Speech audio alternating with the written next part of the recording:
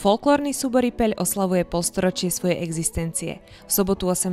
októbra vystúpili v kine Apollo so svojím jubilejným programom s výstižným názvom Roky tancom utkané. Aktuálne je 50 členov v súbore, sú speváci, solisti, Heligonka, Fujara, speváčky, aj ste ich mohli teda počuť dnes.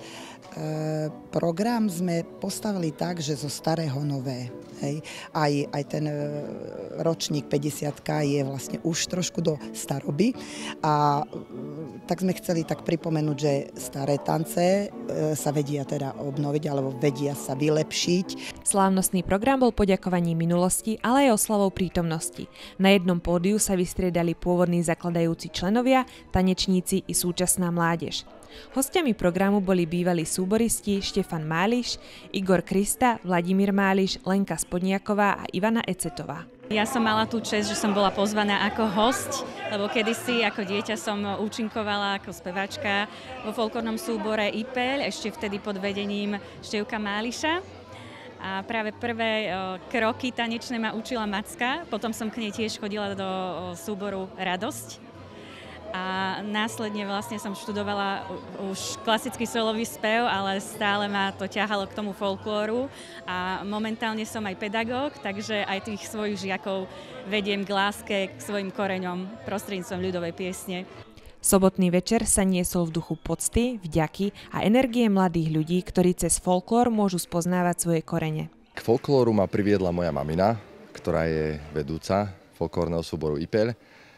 Najprv som k tomu nemal až taký vzťah, neskôr som sa k tomu nejako dobudoval a som veľmi rád, že som tam, kde som. A na folklóre sa mi najviac páči tie vzťahy. Určite tie vzťahy, ktoré máme medzi sebou, sme ako rodina a dúfam, že to tak bude aj naďalej. Tancujem už nejakých 10 rokov, myslím. Dostala som sa k tomu čistou náhodou. Neplánovala som, akože moji rodičia ma do toho chceli tlačiť od malička, ale mňa to nejako neťahalo.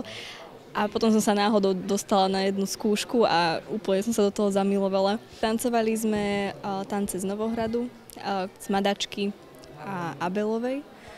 A potom sme tancovali aj nejaké tance z Detvy, Prekáračky, aj z Očovej. Musím povedať, že tá spevácka oblasť je neporovnateľne vyššia na vysokej úrovni, ako to bolo povedzme pred 20 rokmi.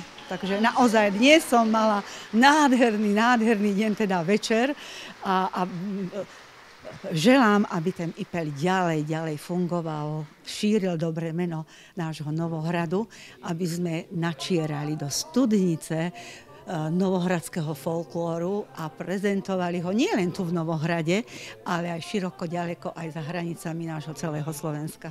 Podujatie bolo výborné, plné energie, proste súbor IPEľ poznal viac menej od detstva. Som začínal u Macky, ešte v Radosti. A aj tance, ktoré tancovali, po niektoré stále poznám. Chcem poďakovať mojim deťom, teda súboru IPEľ, pretože akí boli snaživí a čo všetko dokázali a ako mi pomohli, ako teda pripravili ten program, tak je to úžasné. Samozrejme aj našim rodinným príslušníkom, pretože každý jeden folklorista má doma niekoho, ktorý to toleruje, ktorý nám pomáha. Takže aj im veľká vďaka a samozrejme takéto publikum, to bola sila, to bola veľká sila, takže aj im veľmi pekne ďakujeme. Pre televíziu Florena, Lenka Pievarová.